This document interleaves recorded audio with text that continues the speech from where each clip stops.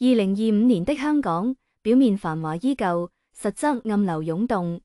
李兆基家族這座屹立不倒的商業帝國，自掌門人李兆基於3月去世後，便陷入了一場前所未有的遺產爭奪戰。千億家產不僅考驗着人性，更將豪門內部的恩怨情仇暴露無遺。徐子淇這位曾經的千億兒媳，在公公去世後，面對丈夫李嘉誠的緋聞纏身與家族內部的權力更迭，終於展開了一場絕地反擊，誓要奪回集團實控權。而這場反擊的序幕，竟以一場深夜的豪宅清場拉開。李兆基的離世，如同在香港商界投下了一顆重磅炸彈。5000億遺產的分配，不僅關乎家族的未來，更牽動着無數人的神經。恒基兆業的股價應聲下跌，市場對這場遺產爭奪戰的關注達到了前所未有的高度。而在這場沒有硝煙的戰爭中，徐子淇這位曾經的生育機器，似乎成了最不被看好的一方。手握4名的仔女，卻在實質資產方面毫無話語權，他的完美貴婦人設正面臨前所未有的挑戰。然而，徐子淇並非等閒之輩，早在公公在世時，他便開始佈局，將長女送往劍橋深造，次子送入恒基實習，試圖將生育資本轉化為權力資本。而隨着李兆基的去世，他更是加快了步伐，一場針對家族實控權的爭奪戰悄然展開。在這場遺產爭奪戰中，李嘉誠的緋聞無疑成了徐子淇反擊的導火索。近年來，關於李嘉誠與香港女演員周秀娜的緋聞不絕於耳，甚至傳出兩人育有私生子的消息。儘管李嘉誠一再否認，但這些傳聞卻如同野火般蔓延，嚴重影響了徐子淇在家族中的地位。據港媒報道，早在2016年，便有消息稱李嘉誠為周秀娜購置豪宅、商鋪，甚至指導其投資。而周秀娜在閉關休養9個月後，被拍到抱着小孩現身街頭，更是引發了私生子的猜測。儘管周秀娜多次否認，但這些傳聞卻如同陰影般籠罩在她的頭上，也影響了徐子淇與李嘉誠的夫妻關係。面對丈夫的緋聞，徐子淇並未選擇沉默。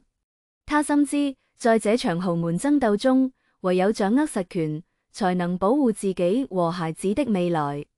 於是，她開始暗中收集證據，準備在關鍵時刻給予對手致命一擊。2025年5月的一個深夜，香港太平山頂的某豪宅內，一場前所未有的清場行動正在上演。數十名保鏢身着黑衣，面無表情地站在豪宅門口，阻止任何非授權人員進入。而豪宅內，李嘉誠與周秀娜正被勒令收拾行李，準備搬離這座他們曾經居住過的豪宅。據知情人士透露，這場清場行動是徐子淇精心策劃的反擊之一。他不僅掌握了李嘉誠與周秀娜關係不正當的關鍵證據，還成功說服了家族中的其他成員，共同對李嘉誠施壓。在鐵證如山面前，李嘉誠不得不妥協，同意與周秀娜搬離豪宅。當時現場非常混亂，周秀娜一直哭着說自己是無辜的，但保鏢們根本不聽她的解釋。一位目擊者回憶道，而李嘉誠則一臉陰沉，默默地收拾着行李，似乎已經預料到了這個結果。這場深夜清場行動，不僅讓李嘉誠與周秀娜的關係徹底曝光，更讓徐子淇在家族中的地位得到了顯著提升。他用自己的行動證明，在這場豪門爭鬥中，他並非任人宰割的羔羊。隨着清場行動的進行，越來越多的知情人開始爆料。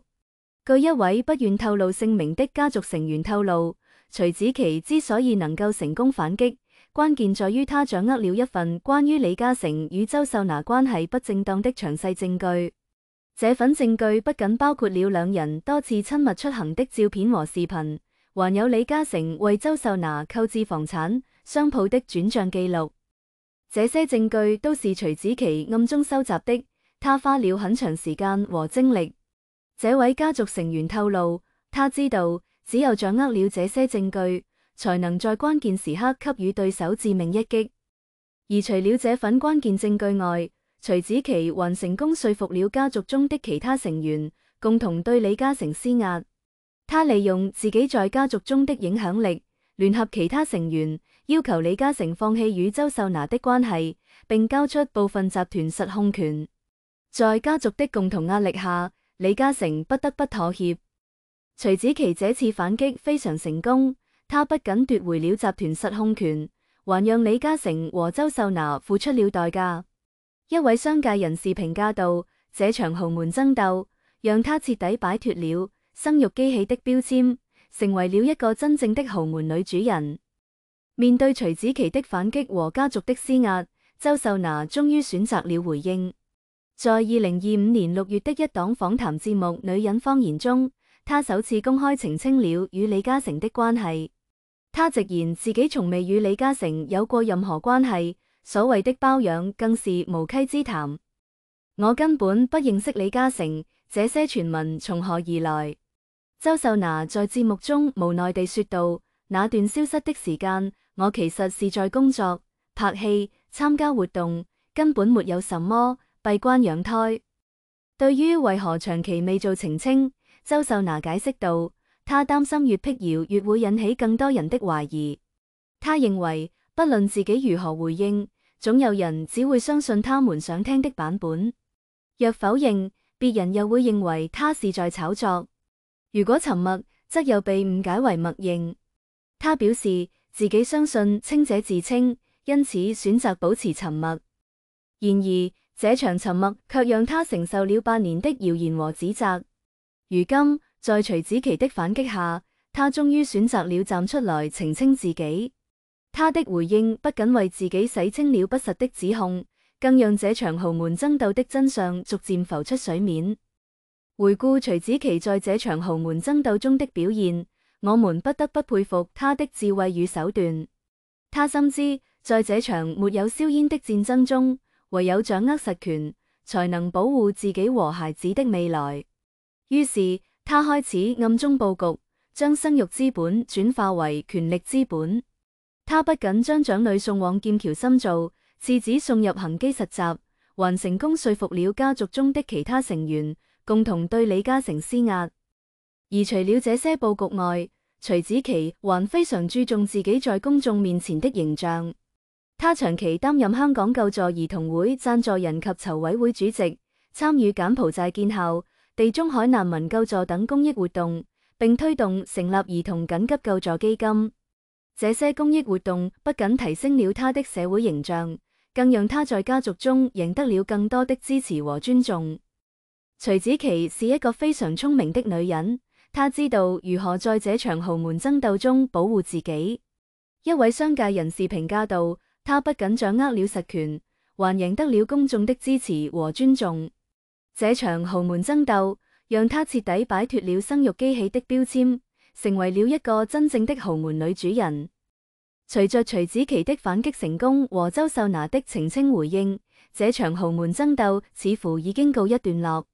然而，對於李兆基家族來說，這場爭鬥卻遠未結束。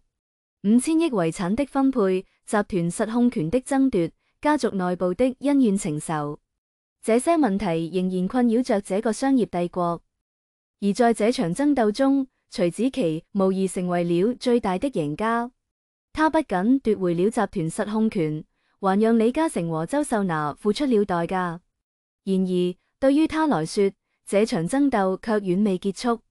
他深知，在這場豪門恩怨中，唯有不斷努力、不斷進取，才能保持自己的地位和影響力。豪門恩怨何去何從？這是一個值得深思的問題。而對於徐子淇來說，他已經用自己的行動俾出了答案。在這場豪門爭鬥中，唯有掌握實權，贏得尊重，才能保護自己和孩子的未來。回顧這場豪門爭鬥，我們不禁感嘆豪門內部的恩怨情仇。在這場沒有硝煙的戰爭中，徐子淇用自己的智慧和手段成功反擊，奪回了集團實控權。而他的成功不僅讓我們看到了豪門女性的堅韌和智慧，更讓我們思考了豪門生存的法則和智慧。在這場豪門風雲中，我們看到了人性的複雜和多變，而唯有保持清醒的頭腦、堅定的信念和不斷的努力，才能在這場爭鬥中立於不敗之地。徐子淇的故事不僅係一個豪門女性的逆襲史，更是一個關於智慧和手段的較量。